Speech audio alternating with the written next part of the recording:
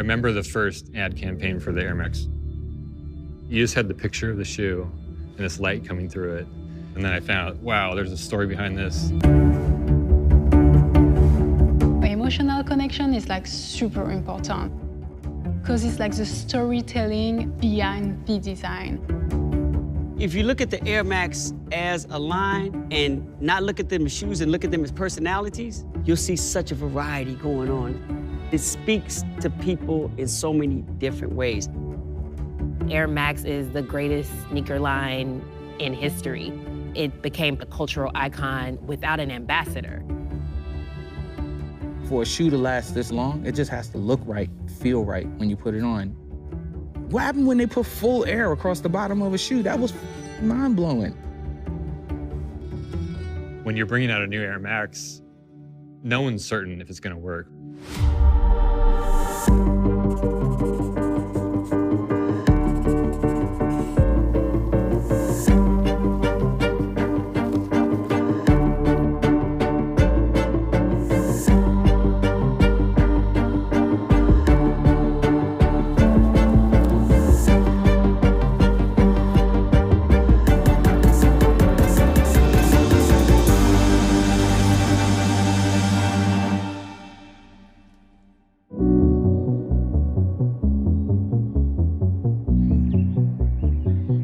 At Nike, you have the most driven people in the world. These athletes that have changed the game, all these artists. It's just this hotbed of this inspiration, creativity, and it gives you new perspectives on innovation. The idea that you're pushing forward and experimenting with possibilities. It's something that I think you're obligated to do as an Air Max designer. So the brief was really to imagine what the future of Air Max, but specifically the Air Max 90 could be. And that became the big insight around the Air Max 2090. As a team, we started to recraft the Air Max 90 as a starting point to create the 2090.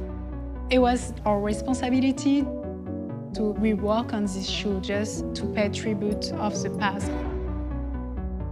But a lot of sneakerheads love this shoe, and sometimes it's just like, okay, don't change anything. It's one of our most iconic of all the franchise. You never can touch an icon. It's like you drive a car from the 60s and you will rebuild the car. Nowadays, it will never be the same. That sort of tension comes from an older generation holding on to something that's near and dear to them. OGs, historians have such a tangible relationship with that moment with the shoe that they can't get over that this new generation is changing it, modifying it. I mean, the debate is how there's a lot of older people being like, oh, these younger people don't know anything, that they weren't around for it first time round. There are some guys of a certain age who don't validate that a kid can like something just because he likes it. But my thing is, well, how does it keep going if the kid doesn't get told a story for him to be attached to it? We talk about handing things down. When we're designing a new Air Max, we're making it for this new generation. So they have their own thing to stand with, but they can look back in the past and celebrate that as well. That's the goal for the 2090. The Visible Air all started in 1978. An aeronautical engineer by the name of Frank Rudy came to Phil Knight with this idea of a cushioning system, and it's almost weightless. But it wasn't until 1987 where everything changed.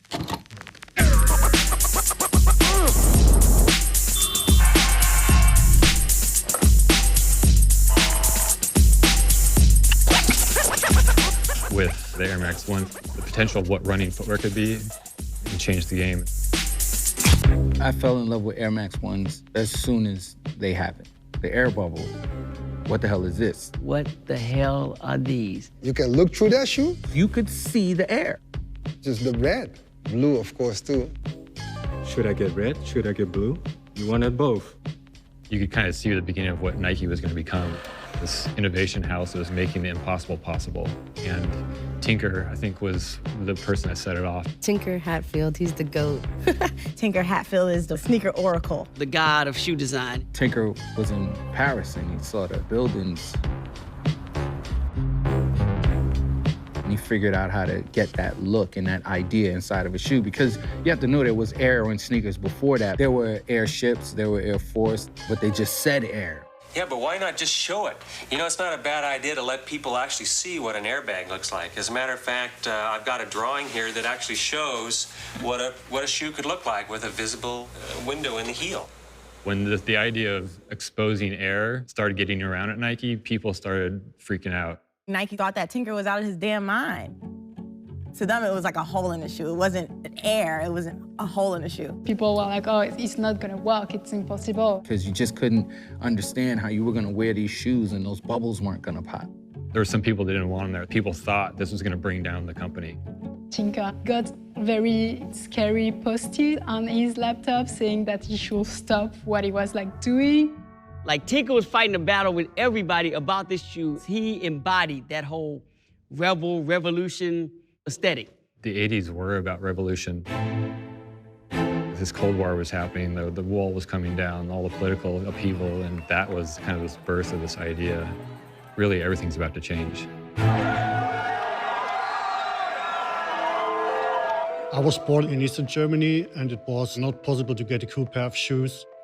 So the only chance to see that was in TV, illegally, because Western TV was forbidden. It was just a thing, you could see it, but you could never buy it. But after the wall came down, all the people from Eastern Germany got 100 Deutschmarks. And I took my first 100 Deutschmarks and I bought my very first pair of Nikes. Nowadays, I have about 2,000 pairs of Airmax. I was fascinated about the big bubble. I never saw that before. After all the years, it was just an amazing feeling to get Nikes finally. And then, 90s.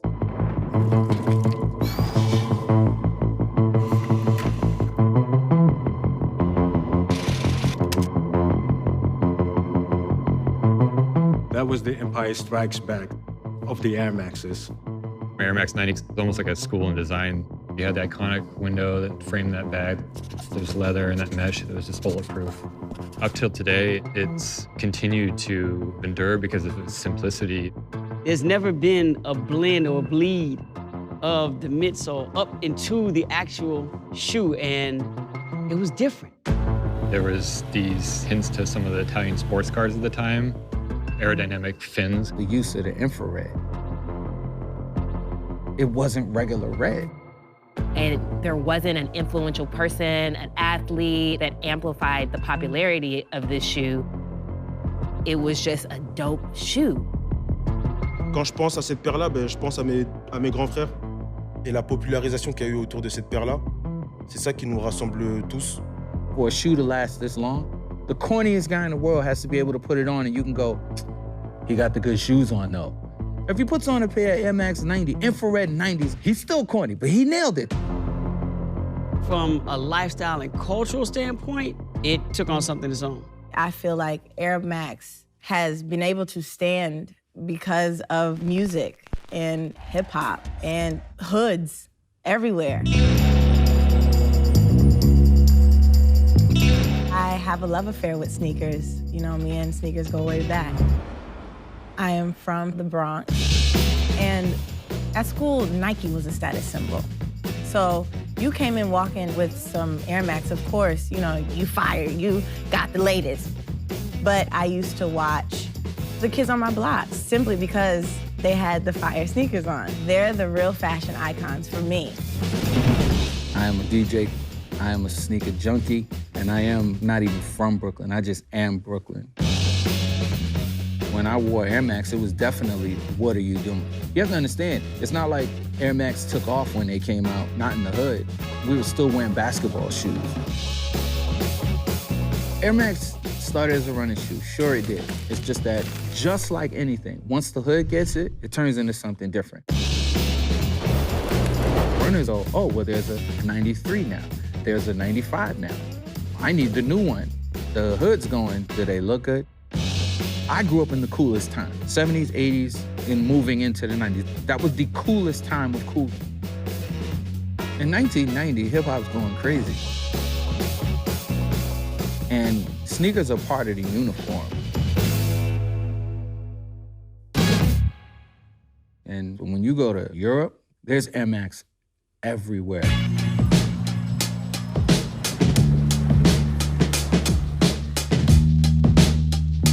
The hip-hop state of mind is you trying to figure it out. You want to have what he has and make it your own. So we claiming, and we claim it with pride, the MX-1 and the MX-90s. When that shoe came out, it's also around the same time I discovered hip-hop music. The way I grew up was in a very traditional sense, especially for Asian kids. Like, do good at school, become a doctor, become a lawyer. And my whole thing growing up was go against the grain, be difficult, and do what I love instead. And maybe wanting that sneaker was one of the first steps in that whole process. We started Pata, me and my partner Guillaume Schmid. In Europe, we had different pairs that nobody else had. But I'm a DJ first, from 80s till 90s up to now, so I had all these records. When I first saw an Air Max shoe, it was probably on somebody's feet, but when I saw it on a record cover, what are those? Where can I get them? When a subculture decides to adopt something as their own, and that's your way to find like-minded people, like you're not alone. We are the early adapters. That's typical Dutch. It's like, all right, okay, let's make it our own version. Then the Gabber came, Gabber music.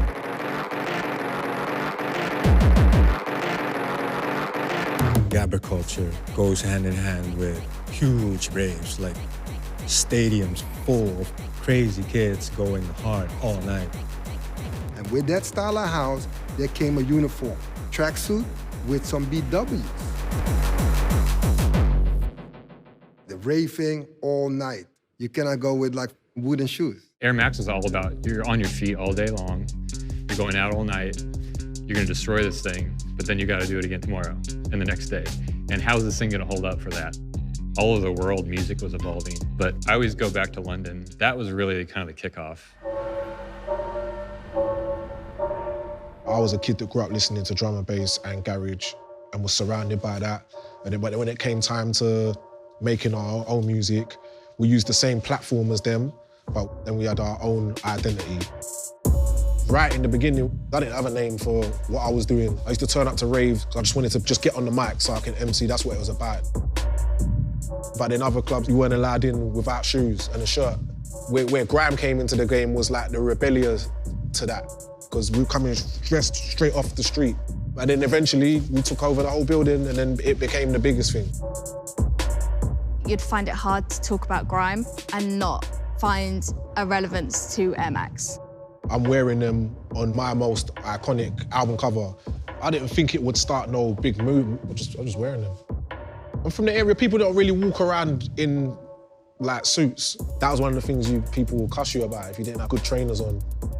You might not have all the money in the world, but you've got the right pair of trainers on, like you're someone. Literally every artist would be wearing 90s, 95s. You see your favorite artist wearing a pair of 95s, you want to go out and buy those 95s. This is a layered shoe. It's like material on top of material on top of material on top of material. Sergio Lozano was the designer on that shoe. He was inspired a lot by the human anatomy, the rib cage, the tendons, the muscles, and you can really see it. This was the first time of an Air Max having that 4-foot air unit. That was groundbreaking in itself. People were like, whoa. This is the first Air Max having a black sole. People are going like, you don't do this, like running shoes have white midsoles, but having Nike here in Portland, our shoes are getting dirty, we're running trails, then why not just make this built into the design? When 95s first came out in London, they were called the 110 because that's how much they cost. Why are they called 110s? Because they cost £110. People did things to get money, and one of the first things they did was buy trainers. There is a huge sense of pride in where you're from and what you wear. So you'd always see people wearing like a full tracksuit and a pair of 90s or 95s. Like that was the look, and it still is. It's not changed at all. The 95 looks nothing like the 90. Every time a new staple Air Max comes out, it's an entirely different experience. I am a sneaker historian. And I remember as a kid, me trying to find a way to raise $9.99. Mom, can I wash the dishes? Mom, can I shovel snow? Mom, can I do whatever to get my shoes? And if you take the Air Max lineage in phases, it's hard to single out like one particular shoe in the line that makes it more special than the other, but it goes back to the design because it's unlike anything before it.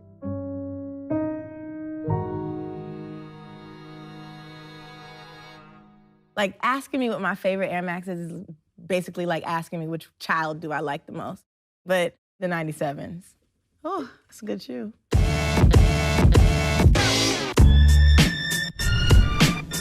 This is the first shoe that had the full-length airbag. It's like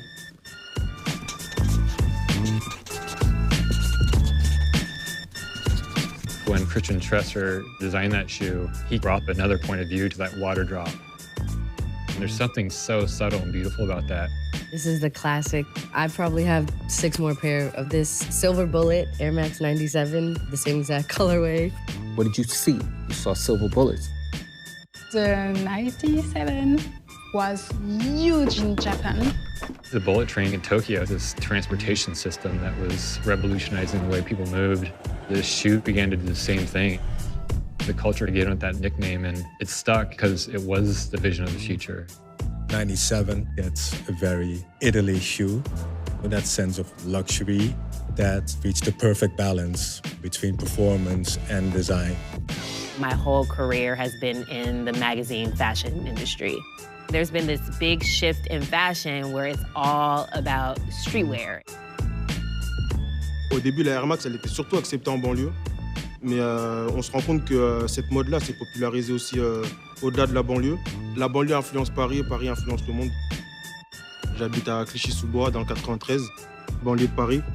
Et la Air Max Plus, c'est vraiment celle-là qui nous représente et qui nous a bercé tout au long de notre enfance jusqu'à aujourd'hui. Alors, on l'appelle la TN, mais on l'appelle surtout la requin, d'où la forme de la paire et les motifs qu'il y a dessus qui font. Puis un requin aussi, ça représente la puissance, et bah, ça nous représente nous, du coup. La requin, c'est une paire de chaussures que tu peux retrouver maintenant dans des fashion week. Mais pour moi, déjà, la rue en elle-même, c'est une performance. Les gens de ce milieu-là qui nous paraissaient, nous, inaccessibles, bah, ils essaient, entre guillemets, de nous ressembler. There's an emotional attachment to sneakers, and depending on where you were in life when that sneaker dropped, what you were doing, what music you identified at that time, that will influence your sneaker choices. When you have that clean aesthetic that's recognizable, I think it becomes a canvas for people to kind of put their play on it. I think as soon as all these artists started coming in, this becomes this art piece for culture to play with and say, like, this is how I do it. This is basically the genesis of my working with sneaker brands career. With Dizzy Rascal being given his own pair of 90s, I feel like that was like the pinnacle of grime and London. I still don't know how that came about. They must have just done some talking and asked me if I wanted to do it, and I just said, yeah, obviously. It's like massive privilege, like what, to design my own trainer. Nike came, of course, they're like, yo, do a shoe. We did 4 pairs, and it came out. And it just blew the fuck up for us. It was beautiful. MX1, we consider it our shoe. That's our uniform. That's Amsterdam. So there would not be another option. It's either MX1 or no collaboration. For me, the Air Max is seen as revolutionary. It's giving visionaries a voice, and I love that. I was able to design the sneaker with Nike by You, and when given this opportunity, I knew straight from the bat that I wanted to incorporate in my full-time career as a mental health therapist. I do therapy with kids in foster care, so I'm constantly surrounded by trauma. I have sneaker decals on my office wall, so it's really cool when I have teenagers come into my office and be like, yo, Miss Liz, you have some drip. I have fallen in love with Air Max ever since I was a kid. In the high school that I went to, sneakers were kind of a refuge for me. For me, I think the most iconic sneaker that warms my heart are the La Mezcla, designed by Gabrielle Serrano. I was born in Queens. I work in the medical field. I have like younger kids coming in and they're like, oh my God, you're like the cool nurse that wears sneakers. I wanted to make it not just a shoe about myself. That's why I ended up doing all the different skin tones to highlight everybody in New York. The Air Max, even though it's meant for performance, is just taking on a whole new evolution. When you have that canvas, everyone loves it. They feel connected to it. The 90s was like the golden age of Air Max. And I think now, looking back, we're kind of going, let's do that again. I don't think there's such thing as creating icons. Icons just happen. Just like when somebody goes, oh, I'm gonna go in the studio, this song's gonna be a classic. You're a liar. Either it just happens or it doesn't happen. For a sneaker to become an icon, the people have to make it the icon. I do believe that you can take something iconic and make it better, as long as you have the respect for what came prior. I don't think the new generation has their own shoe in that same sense that we had. Our generations should encourage younger kids to do stuff your own way. We're not growing up in this time. Regardless of what a designer or Nike wants to make it, it's the culture that makes it what it is. There's history of where Air Max came from, but it's uniquely modern and uniquely now. That's what this is. This is the new generation's Air Max. This is made for them. We kind of thought about future cities, future of fashion, reducing distractions, and this idea of simplicity. Not like just doing a mashup or two shoe, it was really to create the new Air Max 90. It's this very sensitive balance between having something modern and something familiar. You have this duality between expression and experience. This is why people relate to the shoe. This is what makes Air Max Air Max.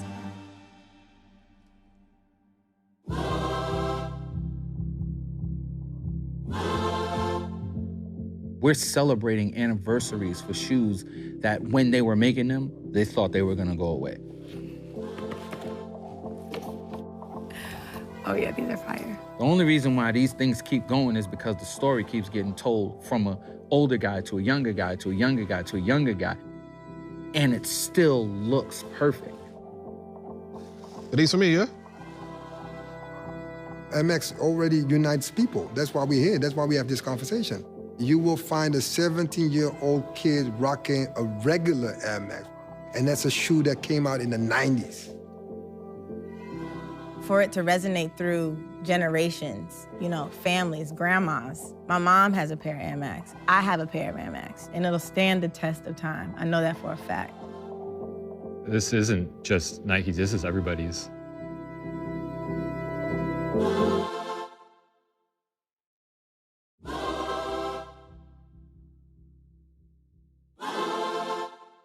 The only rule of Air Max. Air Max. Air Max is to break. Break the rules.